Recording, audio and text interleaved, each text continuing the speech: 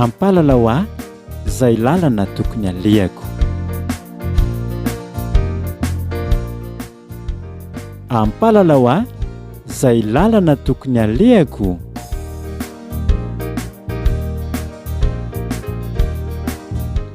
Fandaharana toto-sain'ny Vondrona mifampitantana eto amin'ny radio vaovao Mahasoa.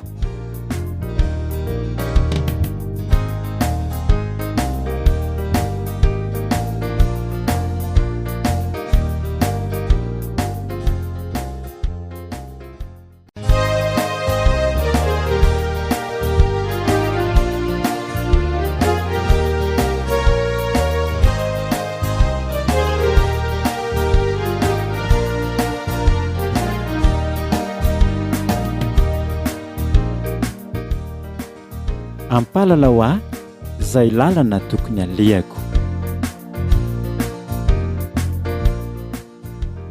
Ampahalalao ahy izay lalana tokony alehako.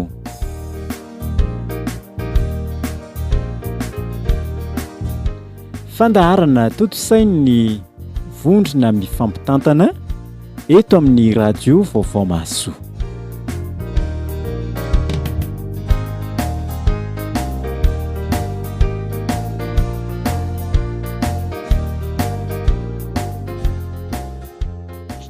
Ampifaliana trano driavana no iarabanantsika rehetra amin'ny anaran'i Jesoky Kristy sy hanoina na fiadanan'i Jesoky Kristy ho amintsika rehetra izay mpanaraka sy mpiaina ny onjam-pionana dia Mahasoa amin'izao fotoana izao hivavaka isika. Isaoranay anao Jesosy ny fitiavanao anay, teny mbola iantsonao anay eto amin'ny izao fandaharana izao ka iombonanay amin'ny fianarana ny fandrenesana ny teninao. Dia mangataka indrindra izay ampianaro mandrakariva ahafantaranay izay sitraponao amin'ny alalan'ny teninao, ka afanainao masina ataovy ao anatinay tsirairay avy, ahafanay mahatakatra izay tianao ambara. Ny mpanomponao izay mitarika izao fandaharana izao tsy tenao azy fa hiteny araka izay sitraponao sy araka izay andidianao, araka ny tianao ambara sy ampitaina amin'ny mpiaino rehetra. Dia misy mananteny izay fa ianao no miteny aminay, ary dia vono izay ny aino, fataovy mpiaino mankatoa, ary indrindra mpiaino ihany koa mizara izay renay amin'ny hafa. Angatahanay ny fanahy masina mitoetra ao anatinay tsirairay avy. Amin'ny anaranao Jesoky Kristy. Amen. Arak'izany dia ny fandaharana ampahalalao ahy izay lalana tokony alehako no arahantsika izao. Ny fandaharantsika teo aloha dia niompana tamin'ny voalaza mikasika ny zava-misy, ny zavatra mitranga milohan'ny hiavian'ny tompo, araka ny voalaza ao amin'ny Lioka toko faha 2:20, teny andiny fa 5:20 sy 4:20 no vakitsika tamin'ny fantarana teo aloha, fa androany dia ho jerentsika ihany izany ten'Andriamanitra izany fa ho tohizantsika kosa hatramin'ny andininy fa 7:20. Lioka toko faha 2:20 ny andiny fa 5:20 ka hatramin'ny andininy fa 7:20 no vakitsika. Lioka 2:20, 5:20 ka hatramin'ny 7:20 amin'ny anaran'i Jesoky Kristy. Ary hisy famantarana eo amin'ny masoandro sy ny volana ary ny kintana ary ety ambonin'ny tany dia hisy fahorian'ny firenena amin'ny fahaverezan-kevitra noho ny firondroan'ny ranomasina sy ny fanonjany, ka ho reraka ny fon'ny olona noho ny fahatahorany sy ny fiandrasany izay zavatra ho tonga ambonin'ny tany, fa ny herin'ny lanitra dia ho zongozonina. Ary amin'izany andro izany dia ahitany zanak'olona avy eo amin'ny rahona amin'ny kera sy voninahitra lehibe izy. Ary raha vao miandoza ny zavatra izany dia miandrandra ka hasandrato ny lohanareo fa manakaiky ny fanavotana anareo. Ray masina, manamasina anay amin'ny fahamarinana, ny teninao ny fahamarinana. Amen.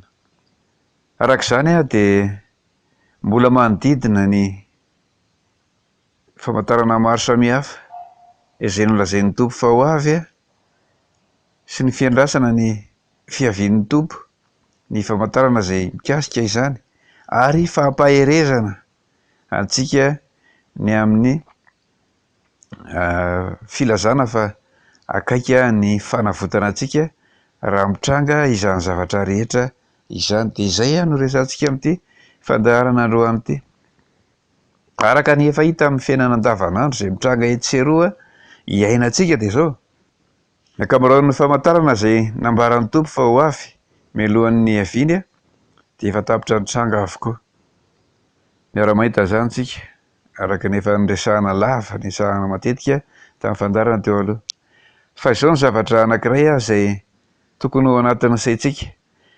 Ny olona izao tontolo izao, ny gentilisa, ny olona izay tsy manompo an'Andriamanitra, ny olona izay tsy mino an'i Jesoa Kristy, ny olona izay tsy matoky an'Andriamanitra no be ahy azy, be fanahiana, matahotra, miorooro, mangovotra, very hevitra eo anatrehan'izany zavatra rehetra mitranga izany. Fa ho antsika kristianina, ho antsika mpanompon'Andriamanitra, ho antsika zanak'Andriamanitra kosa dia zao, manana tombontsoa lehibe. Raha lazaina amin'ny teny hoe avantage, manana tombontsoa lehibe, tombontsoa manokana eo amin'ny fiainantsika isika, eo am-piatrehana, eo am-pahitana, eo amin'ny fahitantsika hoe efa akaiky ny fiavian'ny tompo ka mitranga ireny zavatra rehetra ireny. Jerevy tsara ny eo amin'ny 9:20. Ary raha vao miandoza ny zavatra zany dia miandrandra ka asandrato ny lohanareo, fa manakaiky ny fanavotana anareo. Zany hoe arakaraky ny fisehoan'ireny zavatra misy zay heverina fa mampatahotra sy mampangovotra sy mahavery hevitra, mampiferin'aina ny olona rehetra ireny, dia miavaka kosa isika fa manana fanantenana, manana hery, manana fahatokiana hoe akaiky ny fanavotana antsika. Zany hoe ny fisehoan'ireny zavatra heverina fa loza maro samihafa izay miseho ho famantarana ny amin'ny efa mahakaiky ny fiavian'ny tompo izay, mahakaiky ny fiafaran'izao tontolo izao, mahakaiky ny fandravana any Jerosalema dia zao. Tombontsoa ho antsika ny fahafantarana kosa fa akaiky ny fanavotana antsika. Zany hoe raha mbola ho ela ny fiafaran'izao tontolo izao ka mbola ho ela ny fiavian'ny tompo dia mbola lavitra zany ny fanavotana antsika. Fa rehefa miakaiky ny fiavian'ny tompo, miakaiky ny fandravana any Jerosalema, miakaiky ny fiafaran'izao tontolo izao sy ny fiafaran'izao fiainana eto amin'izao tontolo izao dia miakaiky koa ny fanavotana antsika. Jesosy Kristy ilay zanak'Andriamanitra, Andriamanitra tena Andriamanitra, tsy Andriamanitra namboamboarina, tsy Andriamanitra natao, tsy Andriamanitra noforonina, fa tena Andriamanitra hatramin'izay, hatramin'ny voalohany, hatramin'izay sy ho mandrakizay. Ilay Andriamanitra zay izy no milaza amintsika eto amin'ity 2:20 ity. Ary raha vao miandoza ny zavatra izany dia miandrandra ka asandrato ny lohanareo, fa manakaiky ny fanavotanareo. Zany hoe misy fifaliana, misy fanantenana, misy toky lehibe zay ambaran'i Jesoa Kristy miandrandra ny lohanareo. Ny olona rehetra rehefa mitranga ny zavatra manahirana, ny zavatsarotra, ny zavatra heverina fa fahoriana maro isan-karazany izay voalaza eo ambony eo amin'ny fiandohan'ny fiavian'ny tompo dia zao, mitanondrika ny olona, kivy ny olona, mivalaketraka ny olona, mivarilava ny olona, maneho ny fahareseny ny olona. Fa isika kosa dia zao tokony haneho ny voninahitr'Andriamanitra, andrandrao ny lohanareo, zany hoe miandrandra, mijery an'Andriamanitra, mijery miakatra fa tsy mijery midina eo anatrehan'ny zava-misy izay iainana izay manahirana ankehitriny, eo anatrehan'ny fahoriana maro isan-karazany, ny aretina maro isan-karazany, ny fiovaovan'ny toetrandro, ny fahasimban'ny tontolo iainana, ka mahatonga antsika hoe tsy ampy ny rano, tsy ampy ny zavatra maro samihafa, mitombo ny rivotra, mitombo ny loza voajanahary maro isan-karazany. Eo anatrehan'izany manana fanantenana isika fa tsy ho ela, tsy lavitra, akaiky ny fanavotana antsika dia miandrandra ao ambony Andriamanitra. Andriamanitra ny tokony ho jerena. Ary izay le tamin'ilay zava-misy tamin'ny andro misesany, rehefa nokikiriny menarana ny vahoaka dia zao, Nasian'Andriamanitra namboatra menarana varahana misesy, ary nasain'Andriamanitra nasandratra misesy ilay menarana varahana, de hoe izay mijery any menarana varahana zay nasandratra misesy natsangany misesy ambony iny zay mijery an'iny no vonjena. Amin'izao fotoan'izao kosa de zao zay miandrandra mijery an'i Jesoa Kristy, mijery an'Andriamanitra, zay miandrandra asandrato ny lohanareo fa efa akaiky ny fanavotana anareo. Zany mijery miakatra, mijery miandry ny fanavotana avy any ambony, miandry ny fanavotana avy any an-danitra, zay vian'i Jesoa Kristy avy any ambony, avy any an-danitra no iandrasantsika mpamonjy. Fa ny fanjakantsika dia any an-danitra, ary avy any koa no iandrasantsika mpamonjy. Izay ny voalazan'i Jesoa Kristy raha ohatra ka ny tena izy de zao: na matahotra aza ny olona, na mihereraka raha ny fon'ny olona, na kivy aza ny olona, na mahatsiaro fijaliana sy fahoriana aza ny olona rehetra, isika mpanompon'Andriamanitra, isika zanak'Andriamanitra, isika kristianina, vao maika mahazo hery, vao maika miha matanjaka, ary vao maika manana fiainana azahoana fanantenana, azahoana ananana hery sy finoana hoe ho avy ny Tompo hanavitra antsika, hanampy ny hery zay ananantsika ahafahantsika miatrika zay zavatra mety hitranga, ary mampanantena ny Tompo. Tsy misy fetra ny fampanantenana zay nataon'ny Tompo tamintsika fa ho avy izy ary momba antsika mandrakariva. Andeha aloha jerentsika ny voalaza ao amin'ny Isaia toko faha 112:10. Amin'ny anaran'i Jesosy: aza matahotra ianao fa momba anao ary aza mierikerika foana fa izaho n'Andriamanitra ao, mampahery anao sady mamonjy anao, eny, mitantana aminao amin'ny tanana ankavanan'ny fahamarinako aho. Fampaherezana zay omen'ny Tompo, omen'Andriamanitra ny mpanompony ity voalaza atao amin'ny Isaia ty. Aza matahotra ianao fa momba anao ary aza mierikerika foana fa izaho no Andriamanitra ao, eny, mampahery anao sady mamonjy anao, eny, mitantana anao amin'ny tanana ankavanan'ny fahamarinako aho. Fampaherezana lehibe zany. Matahotra daholo ny olona rehetra, miorooro ny olona rehetra, kivy ny olona rehetra, reraka ny fon'ny olona rehetra, fa ianao mpanompon'Andriamanitra aza matahotra, aza mierikerika foana. Zay manko ny zava-misy, ny olona rehefa matahotra de le mierikerika io no ataony. Raha mandeha amin'ny lalana anankiray ny olona ka izy irery no mandeha, de zao tena ny ao anatin'ny sainy sy tena fantany sy tena eritreretiny zao hoe izy irery tokoa, tsy manana nizaniza fa izy irery, de mierikerika. Jereny ny ao aloha, jereny ny ao ankavia, jereny ny ao ankavanana, jereny ny any aoriana. Ohatran'ny hoe isy aninona foana, ohatran'ny hoe isy anaraka foana, ohatran'ny hoe isy isakana foana, ohatran'ny hoe isy andrombaka, isy amono, isy zavatra mampatahotra hitranga foana. Zay le hoe mierikerika foana, mierikerika, mijery, ohatran'ny hoe miandry, hoe isy zavatra hidona, isy zavatra hiantra, isy zavatra hanjo, isy loza hitranga. Ohatr'izay ny ao anatin'ny sain'ny olona rehefa mandeha izy ka mierikerika, izay ny ataony. Fa ny Tompo de metoky miteny amintsika aza mierikerika foana, zany hoe manana ny Tompo, manana n'Andriamanitra ho tokonao ho mpiaro anao ianao. Tsy tokony mierikerika makaiza na makaiza fa andrandrao ny lohanao, asandrato ny lohanareo, miandrandraka asandrato ny lohanareo fa efa miakaiky ny fanavotana anareo.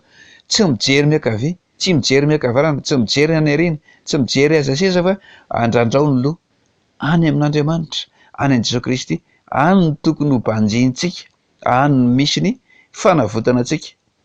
Noho izany tsy tokony hatahotra isika. Momba anao mamonjy anao mitantana anao amin'ny tanana ankavanan'ny fahamarinako aho. Tena marina mantsy, tena misy nge ny zavatra zay mampatahotra, tena misy ny zavatra zay mampahory, tena misy ny zavatra zay mampiorooro sy mampangovotra, mety hahareraka sy mety hahakivy. Fa Andriamanitra no miteny hoe izaho no Andriamanitra ao, Jehovah, Jesoa Kristy no Andriamanitra ao, de mampahery anao izy. ataovy ao anatin'ny fonao, ataovy ao anatin'ny sainao, ataovy mampatanjaka ny finoanao ka mampahery anao fa hoe Andriamanitra no mampahery anao, Andriamanitra no mamonjy anao, izy no mitantana anao. Eritrereto tsara hoe ny Andriamanitra ny lanitra, tompon'ny tompo, mpanjakan'ny mpanjaka, izay mifehy ny zavatra rehetra satria efa nomena ny fahefana rehetra ny an-danitra sy etỳ an-tany no miteny aminao hoe andrandrao ny lohanareo. Dia mbola inona zany mbola tokony hatahoranao?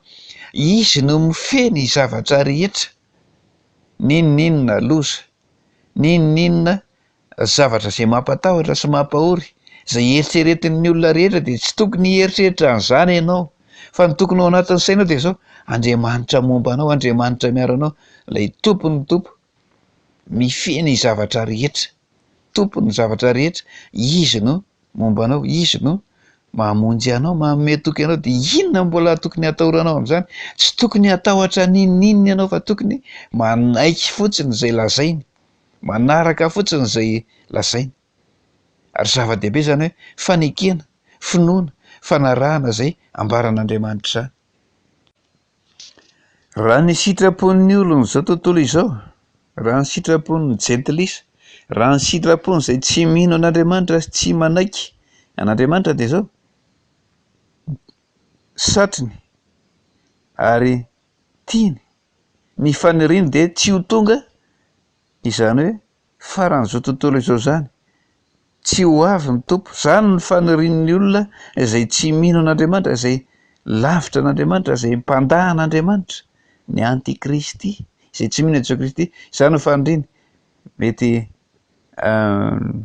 mieritreritra izy hoe hiaingany aoka mba tsy ho tonga izany, ary mieritreritra izy hoe tsy hisy zany fiavian'ny tompo sy fifaranan'izao tontolo izao zany.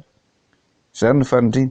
Fa ny antsika dia izao no tokony ho faniriantsika sy finoantsika sy vavaka ataontsika hoe ny ahatongavan'izany faingana, ny havian'ny tompo faingana, mba hitsara an'ity fahoriana sy fijaliana sy loza maro isan-karazany izay mitranga eto amin'ny fiainana, eto amin'ity izao tontolo izao ity. Satria manko izao ny fifalian'izao tontolo izao dia ny aina amin'ny zavatry ny tany, ny aina amin'izay tiany atao sy amin'izay daniny kibony sy hanao ny sitrapony, ny anangona izay heveriny fa zavatra ilainy amin'izao fiainana izao, ka satrony foana hijanona eto amin'ity izao tontolo izao izay feno adalàna sy aratsiana, sy feno tsy fankatoavana an'Andriamanitra sy ny sitrapon'Andriamanitra ity.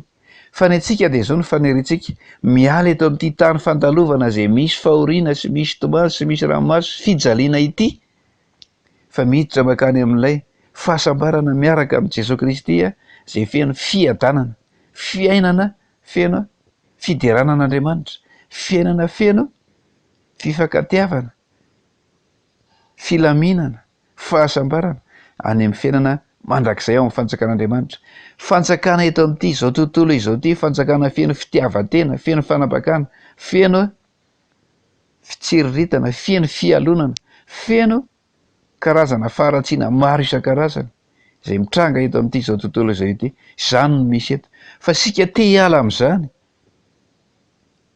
ka raha te hiala amin'izany isika dia izao mivavaka ny ahatongavan'ny andron'ny tompo faingana. Sarotsika na dia izao aza, araka ny misy mpanankato moa mihira hoe androany dia androany. Tsy tokony hampatahotra antsika raha hoe izao ankehitriny izao no tonga ny tompo,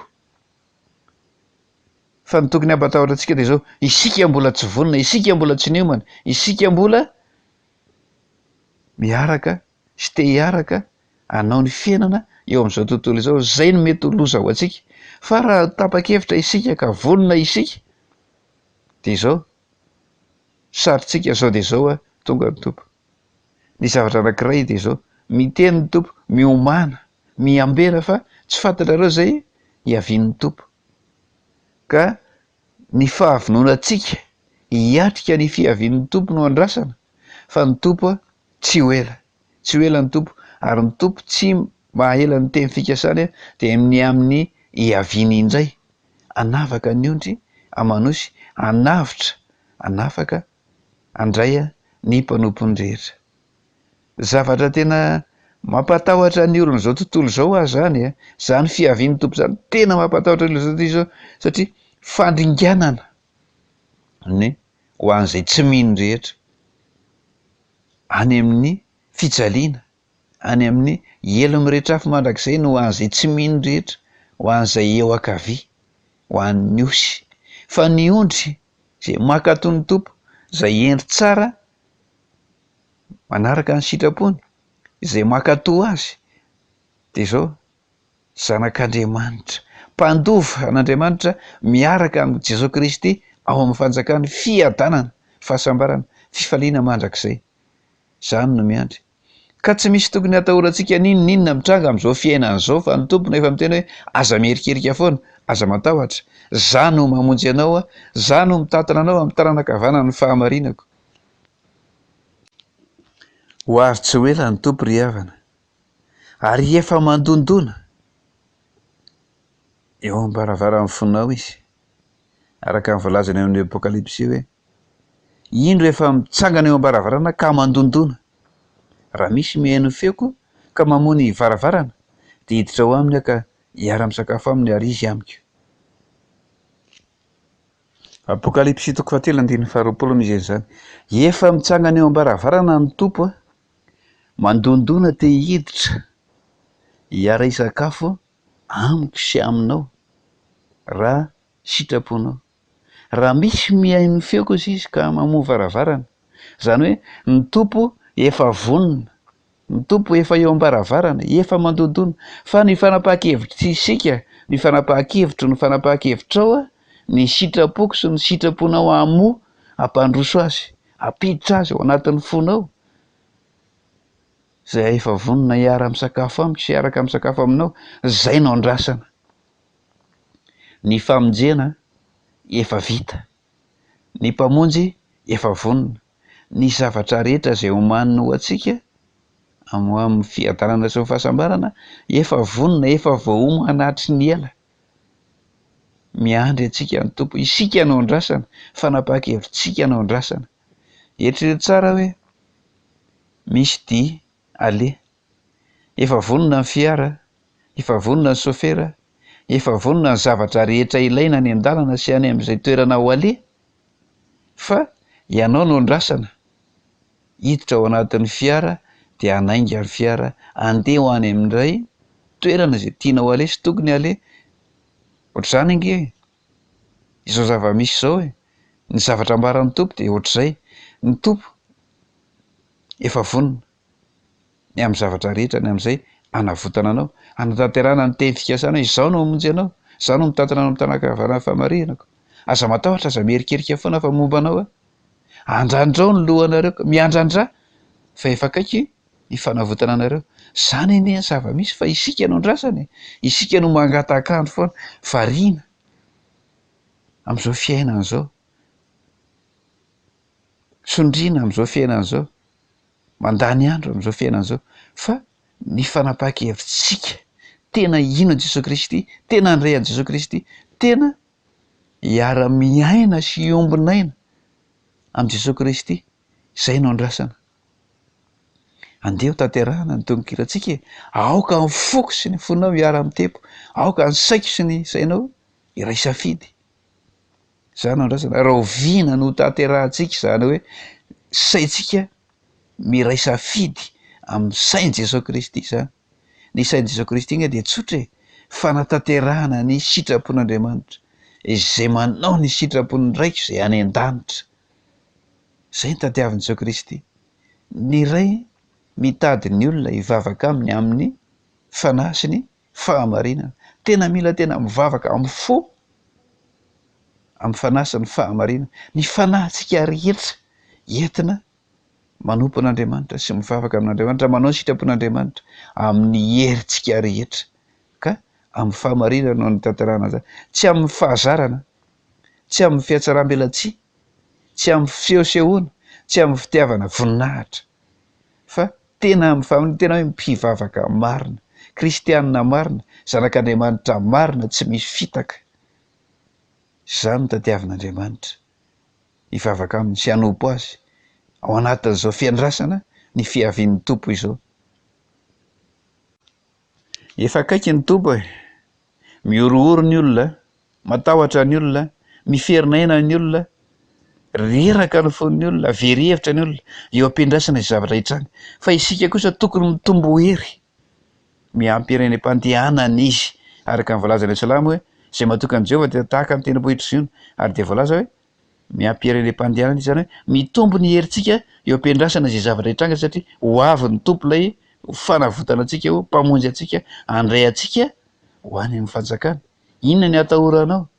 Inona ny mampanahinao? Tsy tokony hisy hampatahotra anao na dia kely aza, fa tokony miha matanjaka ny fonao, miha mahery ianao, miha mahazo toky ianao, fa Jehovah Andriamanitra ao no miara mandeha aminao, mitantana anao amin'ny tanàna ankavanan'ny fahamarinako izy. Fa ny takiana amintsika dia izao: finoana, fahatokiana an'Andriamanitra, an' Jesosy Kristy. Mivavaka isika, misaotra Jesosy noho izany teninao izany izay mampahery anay sy mampatanjaka anay, manome toky anay, fa miaraka aminay isan'andro ianao, momba anay ianao, mamery anay ianao, mitantana anay amin'ny tanany ankavanan'ny fahamarinanao ianao, ka dia matoky zahay. Ataovy mitoetra ao anatin'ny fonay izany teny izany, ataovy mamaka lalina, ary ataovy mamoa, dia ampianary koa izay ampaherezo zahay, entahany izay ampianatra ny hafa ihany koa atoky ianao, ampita izany hafatra izany amin'ny manodidina rehetra, eny, fa amin'ny firenena rehetra mihitsy aza, araka ny teninao. Ary dia matoky izay hoe momba anay hatrany ianao, mandrapahatonga an'izany fotoana izany, dia ny fahataperan'izao tontolo izao. Mangataka izay ny hanambinanao ny tsirairay avy ihany koa eo ampiandrasana ny fiavianao, ka ahita fahombiazana amin'ny asa fivelomana, amin'ny anjara asa fanompoana izay tsirairay avy. Dia ho anao voninahitra mandrakizay, amin'ny anaran'i Jesosy no anaovanay ny vavakay. Amen.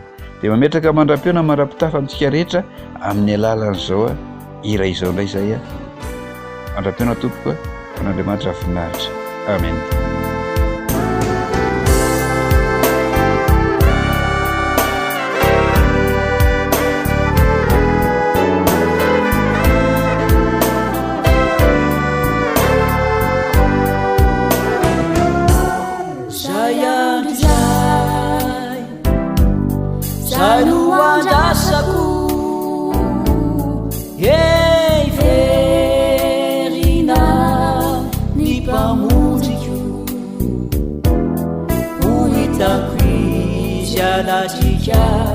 Nisandi ni wasapinya arue tinyam zaitweranya oh atamisa tesumitsumini esuminiani nufantatu faminizai tuabaranya nizabamya finifana muniloyeru alilanya nifanantenakwe tulevuna jesusiprinye tawitaka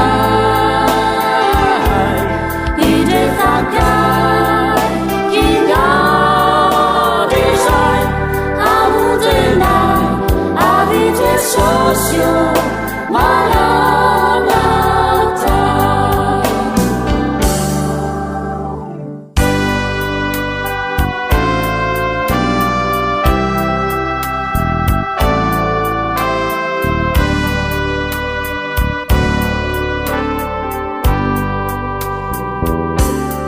Enyafani niwapakarina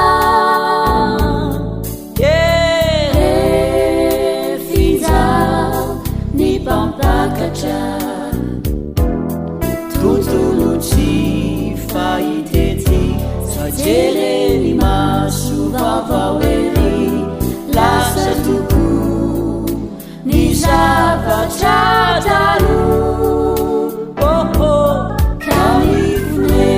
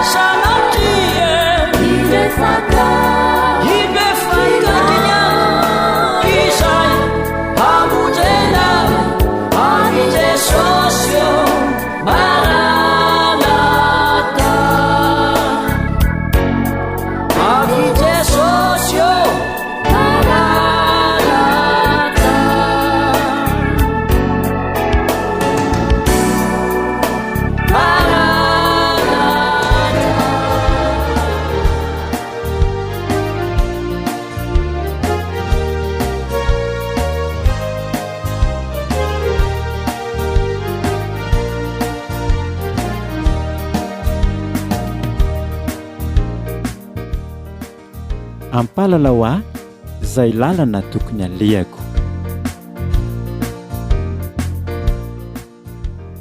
Ampalalao ahy izay lalana tokony alehako.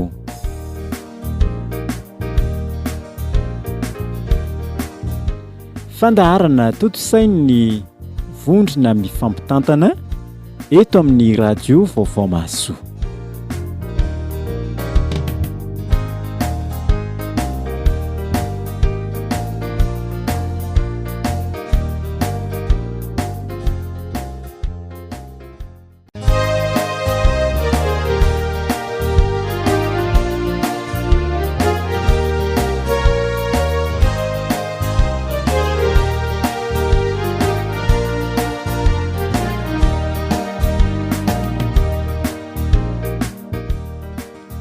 Ampalalao ahy izay lalana tokony alehako.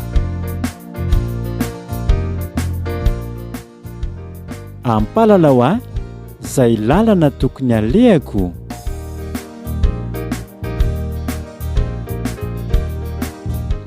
Fandaharana toto-sain'ny Vondrona mifampitantana eto amin'ny radio vaovao mahasoa.